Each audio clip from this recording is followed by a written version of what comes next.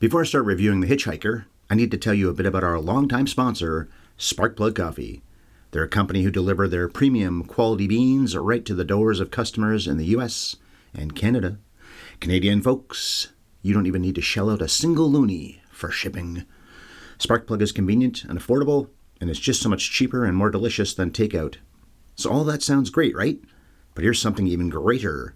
Join the Autopilot Coffee Club, and you'll get shipments sent within a week. Pause or cancel anytime you might need to. The website is sparkplug.coffee/HYES. What's the deal with that HYES part? Well, that's our promo code, which will get you a one-time 20% discount. Look at you saving dollars when you choose this stuff. So brew a Sparkplug and you'll be brewing with the best. Find your new favorite, for heaven's sake. I don't usually say for heaven's sake. I don't know why I said it there. All right then, that was a shorter version of the Sparkplug promo than I normally do, but why linger and be all cute about it? Time to thumb a ride. And action.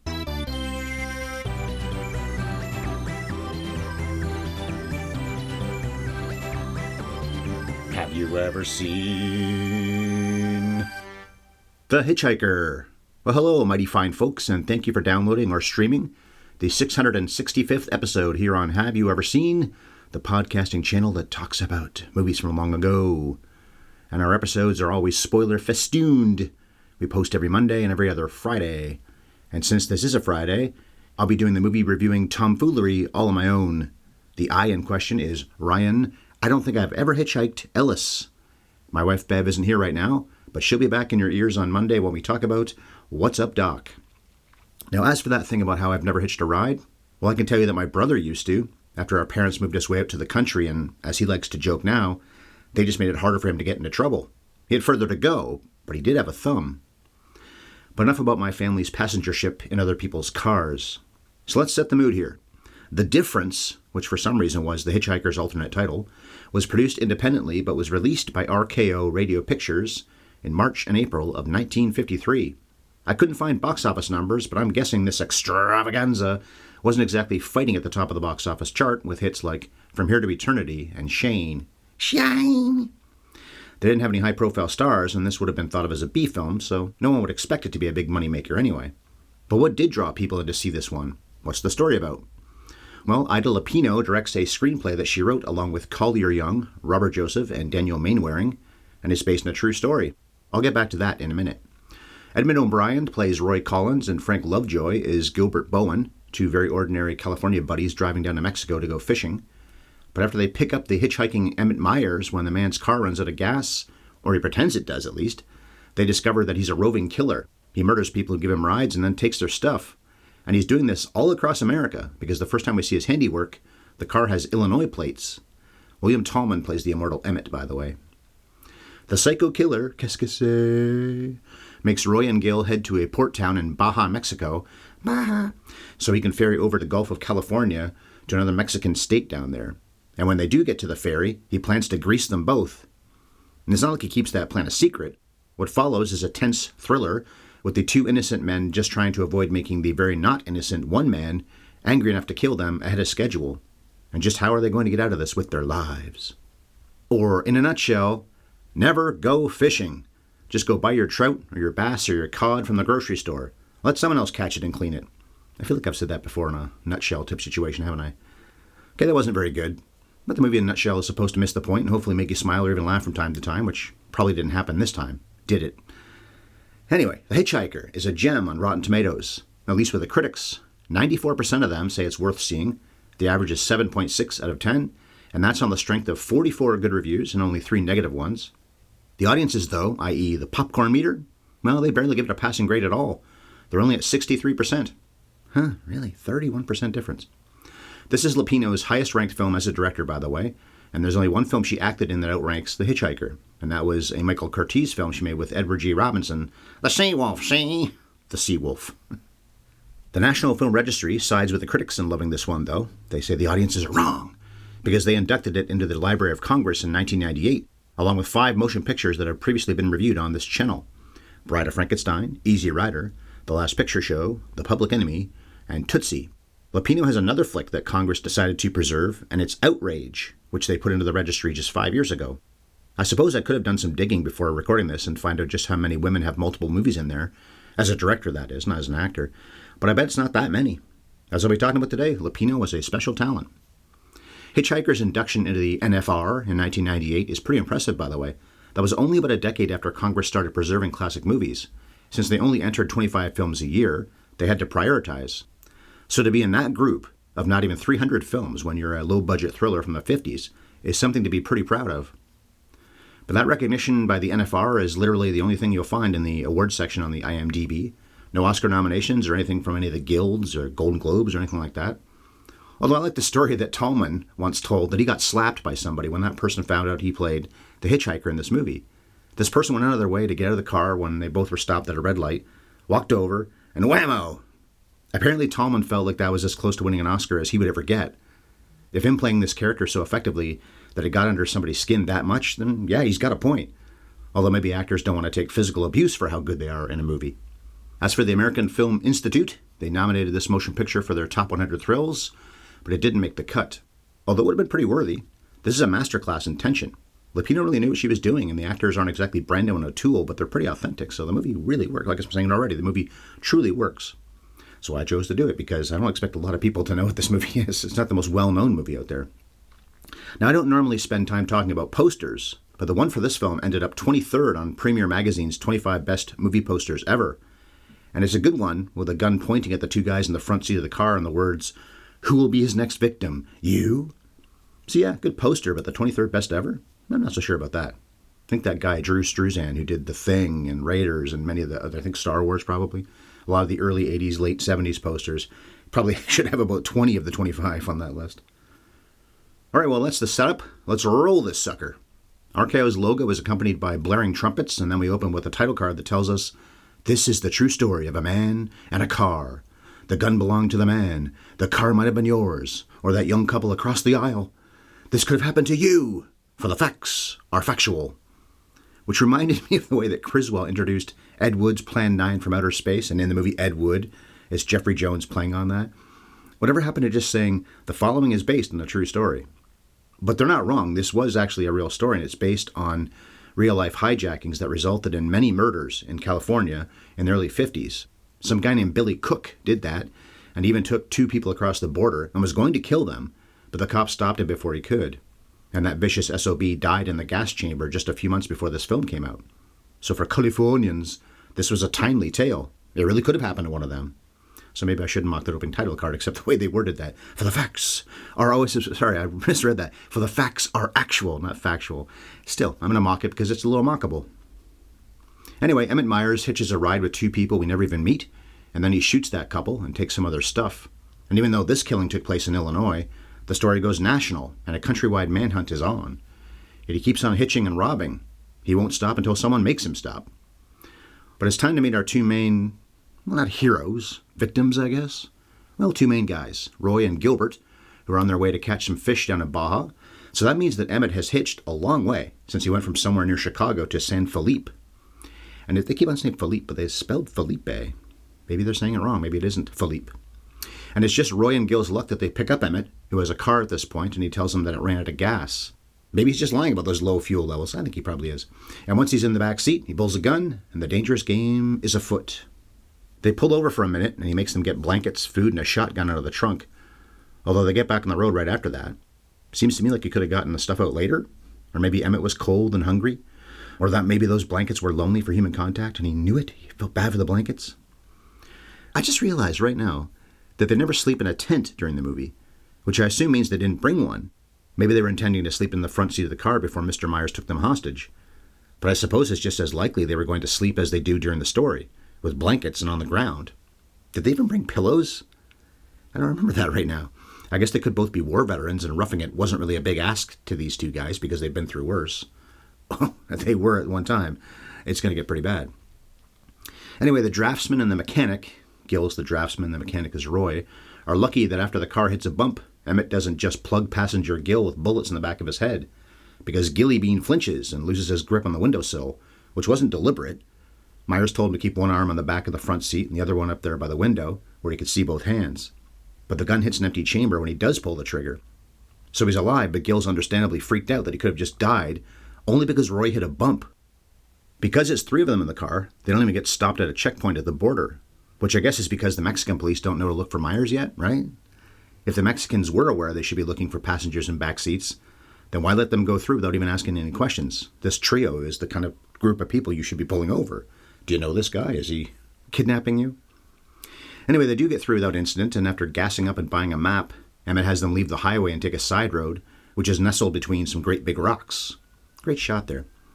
But yeah, no more highways or thoroughfares for these guys. Emmett wants to stick to the mostly deserted desert roadways, and I think the ambulance or cop or fire truck is coming for them, and maybe for me.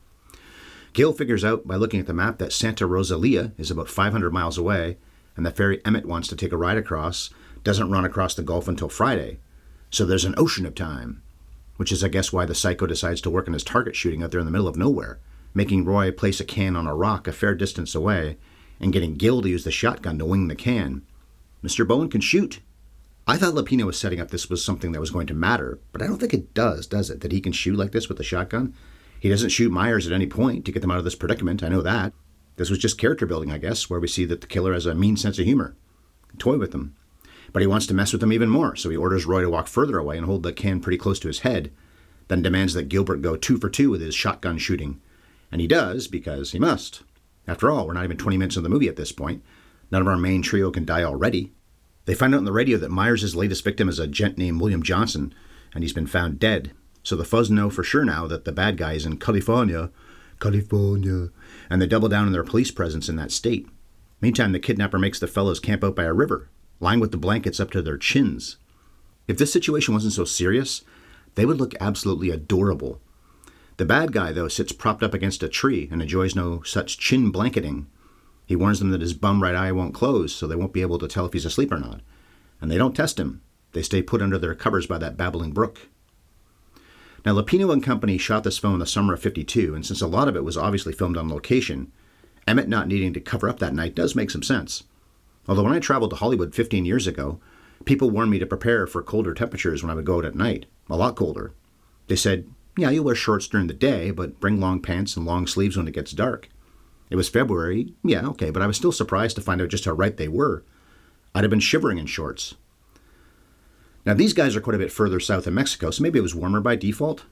In any case, I assume the main reason Lupino has Myers covering up with just his leather jacket at night is to imply he's tough. He don't need no blankie up to his earlobes.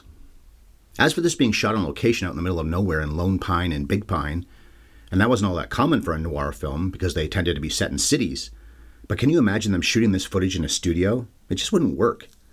Okay, the shots in the car and when they're in the stores and gas stations and the stuff on the dock at the end would work well enough in a studio, I guess, and maybe that's where they did film at least some of that stuff. I don't think they did, though. This was reportedly a let's get out of the studio for this one type of production. You just can't really effectively fake a desert unless you have a lot of money to do it, and they didn't. So she did the John Ford thing. Let's go out in the middle of nowhere, get away from the suits, and make our movie. So anyway, while stocking up in a store with canned beans, soup, and chili, oh, the excretions of gas are going to be intense. The guys are ordered not to speak Spanish to the clerk, even though the guy doesn't speak any English. I guess they could have used the universal language of grunting at each other. That's what grunting is. Emmett's just worried that one of them will rat him out if they can speak a language to this guy that he, Emmett, doesn't understand. The hitcher gets mad at the clerk's daughter for coming up and touching him, which has Gil, the guy who has kids of his own, mind you, get defensive and pull her away, clearly concerned that Emmett might just go on a kill-crazy rampage and slaughter everybody in the store. Slaughter! The Myers man's mood isn't helped when a guy sitting outside recognizes the town that's listed on Roy's license plate and says he lives there too. Of course, this nice fella has no idea, but this is not a guy, meaning Emmett, that you want to make connections with. Myers admires Gilbert's watch that he says Mrs. Bowen gave to him. Then he talks about how his family didn't give any kind of poop about him, especially because of the way his face looks. To be nice, I'll just say it's a memorable mug. He's a live-action Mo from The Simpsons, maybe. Kid presentable. And finally I was Kid Mo. And he's had a hard life, no doubt, but this is also a classic excuse for why he lives the way he does, killing and stealing from anyone he pleases. I was hurt, so now I'll hurt back. But I'm going to come back to this hard knock life stuff later on in the review. I've got some deeper thoughts than just that. Emmett tunes in the radio and discovers the police found Johnson's body, plus he learns that Roy and Gil were supposed to go somewhere other than where they were going when they let him get in the back seat. They went to Mexico without telling anyone about it, so no one is looking for them there. At least nowhere near where they actually are, not yet. After the horn gets stuck and blares away, Mechanic Roy hops out and quickly fixes it, but only after being stopped from trying to disconnect the radio. They don't want Emmett getting information. They figure it might hasten their death. But Emmett stops that and then gets mad and knocks Roy out, Roy, with a pistol whip to the back of the head, assuming he did kill the radio when he was under the hood, even though he was watching him and he didn't. Gil pipes up and protests that the signal is just weak now that they're in the mountains. Of course, if that was the issue, wouldn't there be static, not just silence? I guess Gil's lying, or I'm wrong. The horn getting stuck like that, and now the car suffering a tire blowout, made me wonder if Roy was screwing with the car just to buy them some time or even give them an opening to strike back or run away. I don't think so, though. It actually seems like they're just playing along with him, mostly until a scene pretty soon, but so far they're not actually trying to do these things. They're just dealing with the bad hand they've been dealt, and the guy in the back doesn't have the patience to accept that stuff happens sometimes. But the authorities figure out they're likely heading to Santa Rosalia, and they fan out across the country, although they're in Mexico. Did Mexico just let American cops go down there and conduct a manhunt, even if it was to catch a serial killer? Because I'm guessing they never would now in 2025. A certain person in a certain house that has a certain white color has made sure there's too much bad blood between the nations for that. Anyway, Mexican cops are helping out too because they want to catch this killer, especially now that he's in their country. If he'd kill so many Americans so cavalierly, what would he do to some random Mexicans? While stealing some gas from a deserted police station, Emmett doesn't notice when Gil leaves his wedding ring behind on the pump, which the Mexican cops do find the next morning, and they figure out who it belongs to by looking at the inscription inside. The screws continue to tighten. The chase is really on. And did that SOB kill a dog just because it was barking? All right, now I hate this guy. You killed random people, bad enough. You killed a dog, you're out. You're dead to me. I replayed the next scene to confirm this, but while making dinner that night, Lovejoy definitely calls O'Brien Ray, not Roy. I wound it back twice to make sure, but he said Ray. Weird thing not to fix with some ADR in post-production. Be so easy. It's obviously the same mouth motion, just have him say Roy. The guys also don't agree about how to handle this kidnapping anymore. The Royster wants to be proactive and do something, but the Gilster disagrees. But they get back on the same page and they do slip away into the darkness that night when Emmett does fall asleep. He never seems to droop his head like a normal person would when he's either sleeping or not sleeping, but at least close to sleeping, though. For instance, I kept falling asleep while editing a podcast a few days ago and woke myself up because my head drooped enough that the weight of it kept snapping me back to life. We've all been through that before, haven't we? This guy has a superhuman neck, I guess, unlike me and probably unlike you. Anyway, the guys only get so far before their tormentor catches up to them in the car. He always takes the keys from Roy whenever they stop, and that proves to be even more wise now. If they did have the keys, they'd just be free in that car and the story would be over. But he corners them, and Gil has to knock Roy out because he gets mad enough to fight back, even though he doesn't have any kind of weapon. Gilbert has a lot of verve, socking his buddy on the back of the booper like that. Although doing it likely saved Roy Boy's life, for now at least. And that, incidentally, is the second time Roy's been knocked unconscious. The dude must have some serious post-concussion symptoms if he didn't the first time. Twice now, in a couple of days. The two guys start to be resigned to their fate, since they're getting close to Santa Rosalia, and Emmett's still mad that they tried to run away at all. And since the car is a leaky crankcase and it isn't going to drive them any further, Myers makes them grab the fishing tackle and they all start walking across the desert. They'll be pretty hard to find if they're not even in the car anymore. It doesn't help that Roy hurt his ankle when they tried to get away that night, so he's barely able to hobble along and can only get back to his feet with help from his old buddy after Myers makes them drop to the dirt to avoid being seen by a passing helicopter. Don't be seen by the chopper! There's an element of life and hell in this part of the film. They're walking across a harsh desert wasteland. They're hot, they're tired. One of them has a really bum ankle, and they know Myers is not too far away from putting bullets in their brains. They aren't showing it, but they must be scared. Things couldn't get much worse. Roy tries to get the attention of a passing plane, but it's far enough up in the sky that not even the paranoid Emmett is worried they'll hear or see them down there. I like the coolness of the line when he says to Gil to leave him alone. Can't you see he's praying? But through all this, the policia find their car. It's a good device Lupino uses to keep showing us nameless cops doing their work to try to hunt them down, and it keeps proving they're in hot pursuit. Emmett makes them hide under a bridge and lets them wash up with the dirty water down there, which is when he realizes that Roy's about the same size he is. So they switch clothes, so that people will think the boy named Roy is the traveling deadly hurtler. They come across a small bar and each of them gets to enjoy a beer, and Gil tells them that the bartender said in Spanish that the ferry to Guaymas isn't running like it was supposed to. Guaymas, good name for a city. I like it. I guess the ferry's inoperable? But the bad guy thinks Gil is lying about what the barman said. For a guy who wants to spend at least a lot more of his life, if not the rest of it, living in Mexico, he sure is hostile to the very well-known fact that they speak a different language than he does. Maybe he wants to start learning some of it? But a guy hanging out in the bar does speak English and proves that Gil wasn't lying. The ferry's a no-go. So Emmett hires that guy to take them across in his boat late that night when no one will spot them. And Emmett pays him well. For now. I assume he's planning to kill even this guy once he gets across and then just take the money back. Down by the Gulf, Emmett tells them that they might as well fish now. Their trip doesn't have to be totally ruined. Well, except for that imminent death part. Mayo Myers berates them and calls them fools for thinking about each other so much and for not trying harder to get away. He insists at least one of them should have been able to sneak off. Of course, Gil could have run away when his buddy fell down, but he wanted to make sure that his buddy was okay on the night they tried to run away. Well, if these guys are war veterans, and I really think they are now that I've done all the work on this and thought about it, then that's not how they're wired. You don't leave a man behind, especially when he's a friend. But after he reminds them again that they aren't going to make it to Guaymas with him, O'Brien snaps and bellows, "You stink, Myers! You smell! Just like your clothes! Without your gun, you're nothing!" Which does get under Emmett's skin. Shut up! I love in the old movies that someone saying someone stinks or calling them a stinker was the height of insultery. You're a stinker. I guess when you can't go on an F-bomb rant back in the 50s, you settle for things like, you stink. Before he heads out to the dock, the boatman notices the man wanted sign with Emmett's face on it, so he rats him out, and that allows the cops to set up a trap that night, which is when Emmett makes Roy walk up the dock while sticking the handgun in Gil's back as leverage. Myers, by the way, threw the shotgun away a few scenes ago, which I don't think the other two guys did see. Not that they should feel any safer. The handgun will work just as well at putting ugly holes in them. Lupino ratchets up that tension even more by having Roy wander around in the dark, in Myers' clothes, don't forget, because we know the cops will be there to corner Emmett. They pop out and open fire on Roy, who shouts that, "I'm not Myers!" But they don't hit him, and he's able to hide under the dock. Gil takes advantage of that distraction and knocks the gun out of Emmett's hand, then fistfights him long enough to let the cops swoop in and cuff him, which drives our top-notch bad guy into a frenzy, causing him to recoil from the cuffs in his wrists and lash out. Now that he's finally in custody, Roy comes in and sucker punches Emmett a few times. He deserved that. Then the cops drag the criminal off, and our two would-be fishermen walk off together, and the movie ends. I like the suggestion Lupino makes here that even though Gil's last line is, "It's all right, Roy, it's all right," it's not. Roy took a beating through all this, worse than even Gil did. He was knocked out twice, his ankle got pretty badly injured, and walking on it so much might have messed it up permanently. Plus, they both have the trauma of being held by a killer at gunpoint for days. It's not like we get a final scene where one or both of them show PTSD symptoms after all that's happened.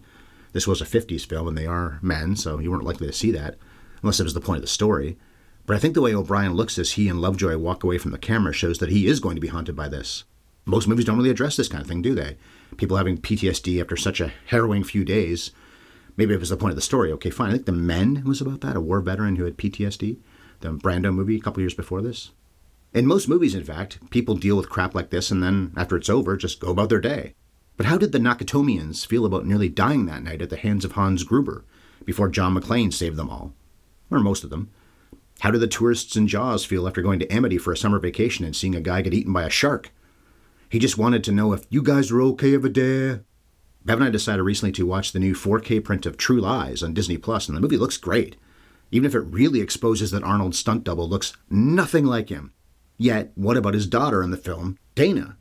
She was kidnapped by a terrorist and nearly died falling off a crane, then barely survived hanging off a Harrier jet. But she's just fine after that? Because she seems okay at the end of the film. Really? Look, I'm not the one who thinks therapy is the answer to everything, but I think Roy Collins ought to consider getting some help.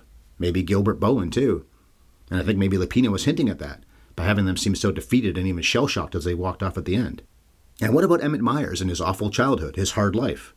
He reminds me in some ways of Travis Bickle, or even some of the lonely young men out there in reality now. Well, I guess always, but especially now. I know guys like that take a beating on social media because they're not supposed to talk about how life seems to have passed them by. They need to check their privilege and remember that someone of a different race, gender, or sexuality has it way worse than they do. But when they have had it tough, and when they are all alone, and when they don't know what to do, and then they're told to shut up about it and just take it because someone else has it worse, what do we think results from that? Look, you're the master of your own fate in some ways in life, and one thing you can control, because there aren't many things you can, is how you treat others, how to stop yourself from being violent. Nobody can make you decide to pull guns on people, hold them up, steal their stuff, and then just randomly end their lives. That's on you for doing that. Even if the world gave you very rotten apples, you don't have to hurt other people. But what I'm saying is, if a person like Myers feels like he has no choice, and he might as well get his in his own way, it isn't going to help if our response to him feeling like that is he should just deal. Suck it up, white guy. This probably sounds like I'm siding with the villain, as I often do in our podcasts, and I'm not. When I make points like this, it's at least partly because I can find just about any movie character fascinating and maybe even agree with their point of view. Having sympathy for the devil is often fun when you're talking about movie characters. In fact, it usually is. So yes, there's a part of me that can feel sympathy for when Emmett tells us about his crappy life, partly because while Billy Cook was real, Emmett Myers was not. Whereas if he was a real person, like Billy Cook, I would probably despise him like everyone else does. Plus John McClane and Clarice Starling and Black Panther aside, don't most of us tend to find the bad guys in movies more interesting? Well, that's certainly true in The Hitch-Hiker. O'Brien and Lovejoy were pretty dull compared to Tallman, especially O'Brien. But Tallman was probably worthy of being a nominee for the AFI's Top 50 Villains. It's a terrific performance and very believable. And it gives a very short movie some more depth than it might have otherwise had. The New York Times reviewer said this film was superficial, but I don't agree at all. That same critic said it was predictable, too. Okay, that I can mostly agree with. The production code wasn't really going to let Myers kill these guys. He was going to have to end up dead or captured, and they would have to get away. It was the code. But I'm just saying that I sat there for quite a few minutes when this was over and jotted all this stuff down. I've tweaked it since, but these are my same basic thoughts as when the movie just ended. And I wonder how many other people have the same ponderances about this story or a similar one. I'd say this is deeper than the New York Times critic said it was. So the cast. There are only 9 credited actors, and I'll just highlight the main threesome and one other guy. So 4 people in total. Hey, good math. Top-billed Edmond O'Brien was in many classic flicks, including 4 that we've reviewed. The Hunchback of Notre Dame, which was his film debut. White Heat, The Man Who Shot Liberty Valance, and The Wild Bunch. What a resume, even just those 4 films alone. And this. Eddie O also beat out 3 guys from On the Waterfront to take home the Best Supporting Actor Oscar of 1954 for The Barefoot Contessa. He was nominated again for Best Supporting Actor a decade later for his work in 7 Days in May, which is a John Frankenheimer movie about a military coup in America with, I believe, Douglas and Lancaster in the main roles, and I absolutely recommend you check it out. Frank Lovejoy was only in about 30 flicks, but they all came out in the span of about a decade, from 1948 to 1958. He was in the highly lauded Bogart noir In a Lonely Place, another noir, The Sound of Fury, and also the horror classic House of Wax, which came out the same year this did, and that ended up being a huge hit, truly monstrously huge. It's on the list of top 200 movies adjusted for inflation. That's how big that movie was, 3D and everything back in the 50s when that was still a craze. But neither Lovejoy nor O'Brien hold any candles to William Tallman. He looks so appropriately seedy and dangerous. He was in his late 30s but was playing about 28, although he could pass for a lot older. He's the opposite of Jenna Ortega, who's probably going to look like she's in college for the rest of her life. And he makes that half-shut eye work well in this film. And by the way, him compared to Jenna Ortega, that's a complete 180. But I think that eye was just acting, not a real affectation he had, the way I have. I've had a droopy left eye ever since I got shingles in it about 10 years ago. My eye! I'm not supposed to get shingles in it! But anyway, I looked up pictures of Tallman, and he seems to have normal eyes in all those snapshots. So if he was putting it on just for this production, good on him. I assumed it was legit. That's the tough thing about doing something like that when you're an actor, to remember to always do it. Tallman made a habit of being in crime films, including The Racket and Big House USA. Even though he's so good in the titular role, it's the titular role! He was only in about 10 more movies the rest of his career. He started doing TV shows in the mid-50s, and that became his bread and butter. He really made his name being in over 220 episodes of Perry Mason, where he played the DA, Hamilton Berger, to Raymond Burr's defense attorney, Perry Mason. Berger. Mason. Okay, the last actor I'll detail before we get to the behind-the-scenes people is Jose Torve, who plays the Mexican cop Captain Alvarado. While most of his filmography is jammed with stuff I didn't recognize, he did play Pablo in The Treasure of the Sierra Madre 5 years before The Hitch-Hiker came out. He was also a Bolivian bandit in Butch Cassidy and the Sundance Kid, and we have covered both Treasure and Butch of Sundance, which also happen to be 2 of my very favorite movies of all time. Their director was, of course, Ida Lupino. While she directed more than 30 TV shows, she only directed 8 feature films, and she was uncredited a few of those times. I think she took over Trouble Productions and finished The Job, but the Guild insisted on the original director getting sole credit. And except for The Trouble with Angels, all her film directing was done in the span of only about 5 years. This is easily her number 1 on Rotten Tomatoes as a director, although her films mostly do well on there, including Outrage and The Bigamist, and The Bigamist came out the same year this did. But I would agree with anyone who says Lupino is one of the most underrated directors in this period of the early 50s, especially in crime and noir genres. The 50s were a repressive period in movies, but noir was still being done very well and with great cynicism, as it should be, by people like Lupino especially. She knew how to do tough and gritty and even mean, as well as the men did. I read that she was the first woman to direct a mainstream film noir, except she also directed Outrage before this, and that's noir. It beat The Hitch-Hiker to the punch by 3 years. And I guess whoever said this was the first lady noir didn't count On Dangerous Ground either, because while Nicholas Ray technically directed that one, she was uncredited as a director, and it came out a couple years before The Hitch-Hiker did. Lupino was never up for an Oscar, but was nominated for awards for her work on other films, and was nominated for 3 Emmys for TV shows I've never heard of. That was all for acting, I think, or maybe it was directing. She won some awards for her acting, including from the National Board of Review for High Sierra, a Bogart film from the 40s, and Moontide. I don't know that one. She was tough as hell acting in things like They Drive by Night, then towards the end of her career playing Elvira Bonner in Sam Peckinpah's Junior Bonner in the early 70s. Oh, and how about this for coincidence? While preparing these notes, I half-watched the Costner-Hackman movie No Way Out. And whose name did I see in the opening credits?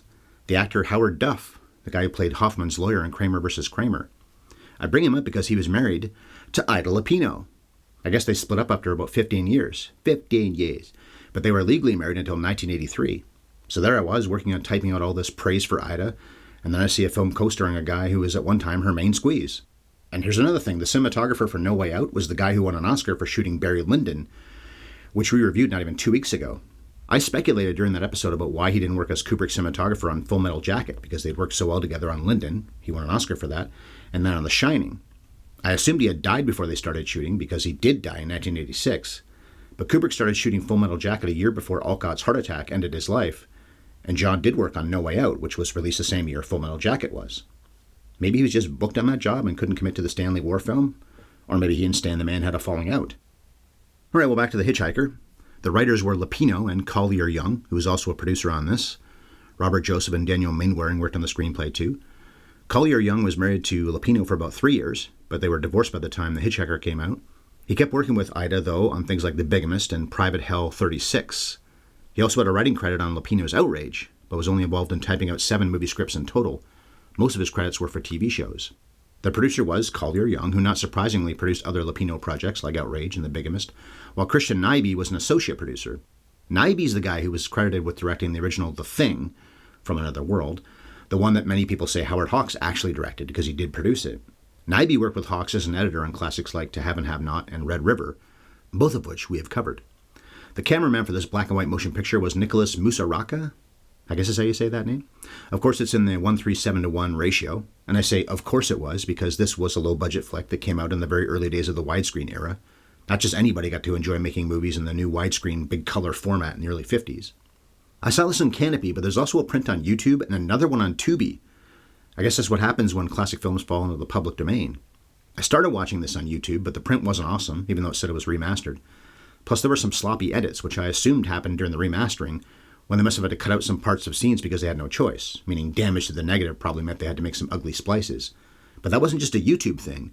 The same thing happened after I switched to Canopy, even though the print and sound were a little better overall than they were on YouTube. As for the cinematographer Musaraka, he made movies for nearly 40 years and was involved in some classic stuff along the way, such as 2 famous titles directed by Jacques Tourneur, Cat People and Out of the Past. Musaraka was also behind the camera for The Bachelor and the Bobby Soxer, which I reviewed a few years ago. And he did good work on this film, too. He and Lupino came up with some nice shots, especially in the second half when the guys are in the desert. The whole thing has a documentary feel to it, and that tracks because if you start your movie by suggesting with a title card that this could happen to you, too, then it's smart to make the camera work feel real, not be showy and elaborate. Douglas Stewart was the editor, and he was making his film debut here. He went on to cut the Invasion of the Body Snatchers remake in 1978, which is arguably better than the original. It's definitely scarier, and what an ending. Dougie Stew ended his career by winning an Oscar for Cutting the Right Stuff, along with 4 other people. So he had 2 pretty impressive titles. We have not covered them.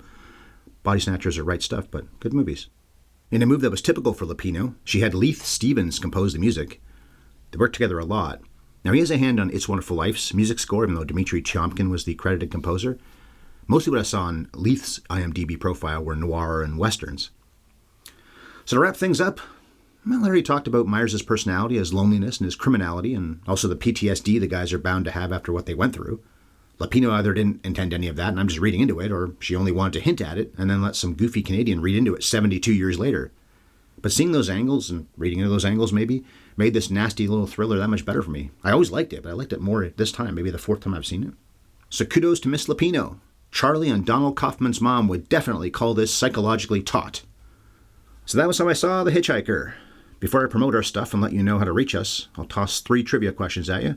And in honor of Ida Lupino, the theme here will be women directors. So question number 1. Who was the first woman to direct a film that grossed more than $100 million? Question number 2. Who was the first American-born woman to be nominated for the Best Directing Oscar? And question number 3. Keeping on the Oscar kick, Kathryn Bigelow was famously the first woman to win the Oscar for directing, which was for The Hurt Locker. Who played Jeremy Renner's wife and was pretty much the only woman in the entire cast, certainly the only white woman in the entire cast? So those answers are forthcoming, but first, I must tell you that in 2 weeks, I'll have another monologue for you. What'll I be doing? I think it's going to be Le Samurai. We've never had a Jean-Pierre Melville flick featured on this channel, so we're due. Plus, it's free on Canopy. The next solo show I know I'll be doing, though, is on May 26th, America's Memorial Day. Even though that's a Monday, Bev will be off, and I'll be digging into a classic war film on a day that honors those who fought and died in military conflicts. The Guns of Navarone. Or if you're Sam Jackson in Pulp Fiction, it's The Guns of the Navarone. I'm Superfly TNT. I'm the Guns of the Navarone. So it's Peck, Niven, Quinn, and Friends on May 26th. Before we get to any of those reviews, though, we'll post a show this coming Monday. Bev and I will be talking about Bogdanovich's What's Up, Doc. That'll be Ryan O'Neal movie number 3 this year, since we reviewed Love Story back in February, and Barry Lyndon just 11 days ago. All right, what did you think of the episode, or our podcast in general? Well, we'd appreciate it if you'd give us a 5-star rating on your app. Write a review of the show, too. It only takes you a minute, and it doesn't cost you anything. It's also free to subscribe. Look for us on YouTube as well, where you can subscribe for free and not miss anything we post. But also comment, let us know what you think of our work, and press the key to hit that like button. We're at HYES Ellis in the search space on the tube. Feedback to us with an email. Our address is haveyoueverseenpodcast@gmail.com. We do the social media stuff sometimes too. On Elon's money-losing venture, I'm at MovieFiend51 and Bev is at Bev Ellis Ellis. Drop the at if you use Blue Sky and just go with Bev Ellis Ellis for her. And I go by Ryan-Ellis on the sky that is blue. As for our sponsor, I'll once again throw down for Sparkplug Coffee. Throw down? Is that the right phrase? I don't want to fight them. They give our listeners a one-time 20% discount. You just have to use our HYES promo code. The website is sparkplug.coffee/HYES. And before I sign off, let's find out what the answers are to those trivia questions. Number 1, who was the first woman to direct a film that grossed more than $100 million? The movie was big and the director was Penny Marshall. Then she went and did it again when she directed A League of Their Own, which also cleared $100 million. Question number 2. Who was the first American-born woman to be nominated for an Oscar for Best Director? It was Sofia Coppola for Lost in Translation. Italian Lena Wertmuller for Seven Beauties. I didn't know she was Italian, but I looked it up and it says she is. And New Zealand native Jane Campion for The Piano are the only other 2 women who had been up for the directing Oscar before Sofia was. We've had a lot in the last couple of years, but Sofia was the first American-born one 22 years ago. Question number 3. Kathryn Bigelow was famously the first woman to win the Oscar for directing, which was for The Hurt Locker. Who played Jeremy Renner's wife and was pretty much the only woman in the entire cast? It was Jack's ladylove on Lost, Evangeline Lilly. Well, that'll do it for today's show. Thank you for listening to me yap about this film. Join me and the wife in 3 days when we tell you what we think about What's Up, Doc? Ba-da-ba-da-da, What's Up, Doc? Does anyone else remember that from the Bugs Bunny cartoons? Because I do remember him singing that. Meanwhile, I'm going to learn nothing from this movie and go pick up a hitchhiker right now, as soon as I turn this thing off. He might threaten my life, but I just feel like living on the edge. And cut.